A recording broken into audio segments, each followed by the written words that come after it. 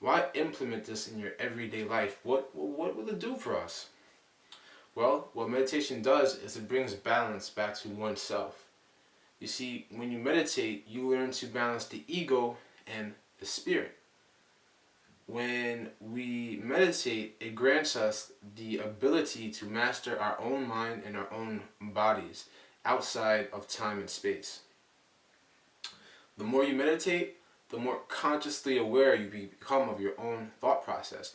It's just like working out for the first time and eating good nutrition. You know, you become health conscious of what you're ingesting in your body, and in return, it'll give you that ideal physique. Well, your thought process is the same way. You see, we have so many negative thoughts come in our mind every single day, whether it's consciously or subconsciously, that it clouds our subconscious mind. And what meditation will allow us to do is to identify these negative thoughts that enter the mind, and we could simply trash them out rather than it weaving itself into our existence. The main thing you want to walk away with meditation is putting yourself in a state of creativity. And it simply means this: we run through the conscious mind on a daily basis. Running consistently on the conscious mind puts us in a fight flight kind of mode where this is more survival. Okay, this is a degeneration process, a catabolic state.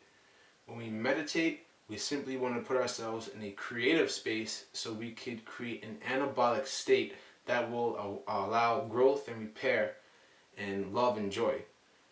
Now, when we switch hemispheres of the brain, the left and the right, the left one, we're dealing with more of anxiety, stress, anger, depression, things that the ego are attached to from this material plane. When we meditate and drift from the conscious mind into the subconscious mind, we are now tapping into the spiritual aspect of us. And it's within this balance which will allow us to grow and transcend beyond ourselves. And this brings balance back to ourselves, and ultimately this is what we need, because if you're consistently living off of survival and you have all these negative traits that are wearing you down, eventually it's going to drag you down to the point where you can't keep going. So balance is essential to us because it's what will aid us in our persistence through our endeavors in life. Alright, let's talk a little bit about the workshops of meditation and of the mind. You see, when we talk about meditation, we are dealing with the conscious, subconscious, and superconscious mind. And within these minds, they contain brainwave patterns. Now, with the conscious mind, it operates under beta waves. The subconscious mind operates under alpha waves. And the superconscious mind operates off of theta waves. We even have what's called delta waves, but this is a state where mostly the brain hits it when we're sleeping. It's at its lowest point. See, when we're in the conscious mind, we're in the beta waves, and in the beta waves, it's its closest to time and space. Then as we descend down the frequencies, we slow time and space down right here in the delta waves. This is when the brain is furthest from conscious awareness. You see, there is no conscious awareness in delta waves. So the idea here is to jump back and forth between these frequencies, mainly the alpha and the theta waves. So when we meditate, we talk a lot about dealing with the subconscious mind. Now, when we meditate, meditation opens the door to the subconscious mind. And by opening the door, it allows us to operate internally and fix anything the subconscious mind has picked up without us even realizing it. See, with the subconscious mind's job, what it does is it literally filters things in and out of it throughout our day being perceived through our sensories. So we may actually pick up bad behavior patterns that are weaved into the subconscious without us even realizing it. And once it enters the subconscious mind, the conscious mind starts to take the persona of what the subconscious mind is being fed. So when we meditate, we can literally go into the subconscious mind and rewire it to our liking so we can better improve our lives. Now, the basics of meditation, especially for beginners, This is all you want to focus on, is nothing. Don't worry about programming the subconscious mind or manifestations or any of this stuff. This stuff is for later on. It's a little more advanced, and it's not really a necessity right now. You see, this is going to be the basics, the foundation to your meditation. You can't build a strong house with a faulty foundation. So the foundations are extremely important, and it's with these foundations we build upon is where we'll be able to eventually fix the subconscious mind and whatnot. But for this video, we're just focusing on entering these states and controlling your brainwave patterns from beta to alpha to theta. So, when we meditate, starting from the beta waves, which is the conscious mind, the conscious mind is fed through speech, through pictures, through writing, physical movement, and through thought. All of this feeds the conscious mind, which is the analytical and logical portion of us. So within the neocortex, this is the thinking portion of us. So the first thing we want to do in order to take ourselves out of that thinking process is by closing our eyes. Closing our eyes already shuts off the external environment, so nothing is being fed to the conscious mind. Therefore, the neocortex is forced to lower its energy that's being used in that region of the brain. Once this happens, you can start to shift your focus in a calm state. To shift the focus. And by doing so, you will allow the frontal lobe of the brain, which the frontal lobe of the brain is responsible for major muscle movement. So when you're in a still position and you're nice and calm and your eyes are shut, you're shutting down the neocortex, you're activating the frontal lobe. And in return, once you activate the frontal lobe, it goes back to the neocortex and takes away any other energy that the neocortex was using to analyze any other thing from its external environment. This is the first step into moving yourself into that alpha wave state.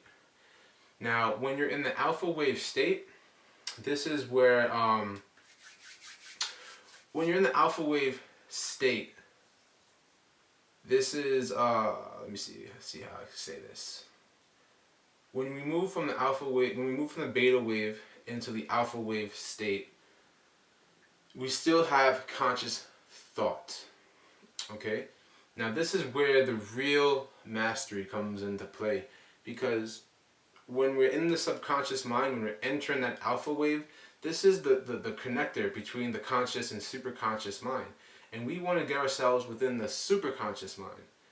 Get ourselves in the superconscious mind, it brings the wave patterns down even slower, and it takes us even further from time and space, and it's more metaphysical than anything, where when we reach this state, the mind is consciously meditating, but the body is completely shut down.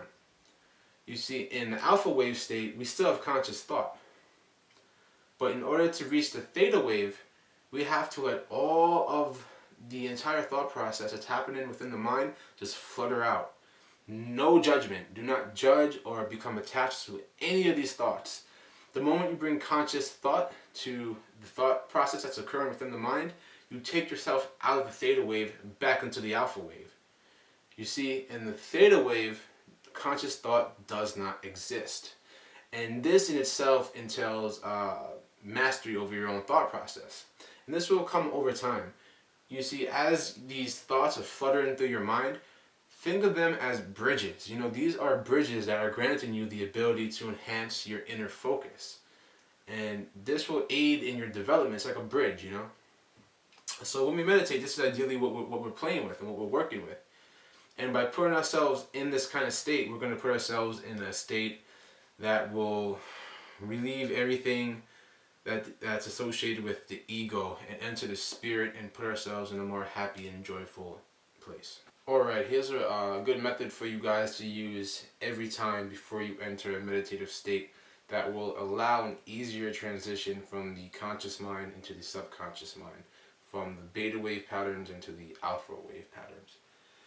So what you want to do is you want to sit upright against the wall. and we are going to contract each muscle individually, starting with the face and working our way down all the way down to the toes. So when we start with the face, we want to do things that are unorthodox to the face to break any neurotic tension that the face may hold.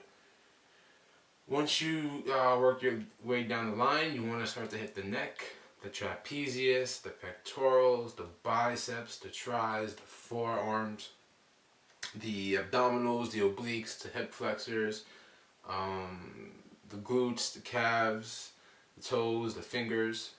Once you go down that line individually, what you then want to do is you want to contract them all simultaneously for about a few seconds, just as tight as you can.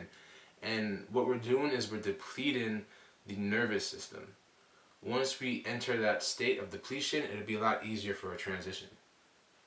Now, when we talk about positioning, we'll stick to the basics for this video. It's real simple. You sit upright with your feet crossed Indian style and your hands above your lap.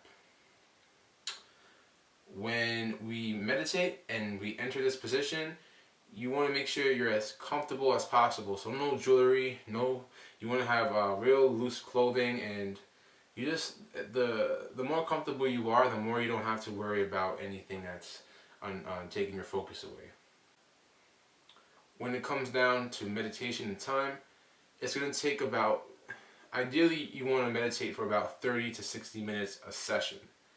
Now, for the first 10 to 15 minutes, in my opinion, this is the hardest hump to get over right in the beginning, because you're changing the conscious mind to the subconscious mind. So what I like to do, I like to focus on my breathing for the first 10-15 minutes until my mind just drifts off and my nervous system takes over the arrhythmic pattern. So the breathing method I like to use is the 4-2-4-2 rule, and that's inhaling for 4 seconds, holding it for 2 seconds within the diaphragm, exhaling for 4 seconds, holding for 2 seconds, and repeating that until you drift off into the subconscious. And as I'm breathing and focusing my mind, I'm counting in my mind 1, 2, 3, 4, 1, 2, 1, 2, 3, 4, 1, 2. And eventually your nervous system will pick up this pattern and it'll take it over, and then you don't have to worry about it anymore.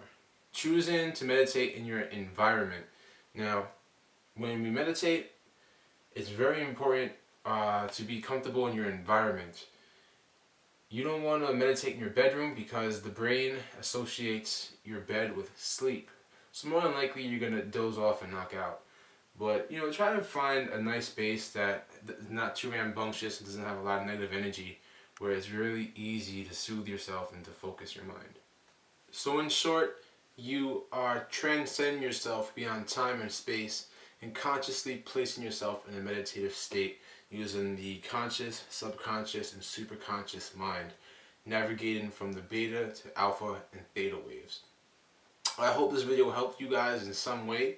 If you'd like for me to elaborate further on anything I touched upon in this video, please leave your comments down below. Thank you guys for viewing. Please like, subscribe, share. Let me know what you guys would like to see in the next video. And until then, I shall see you guys in the next video. Peace.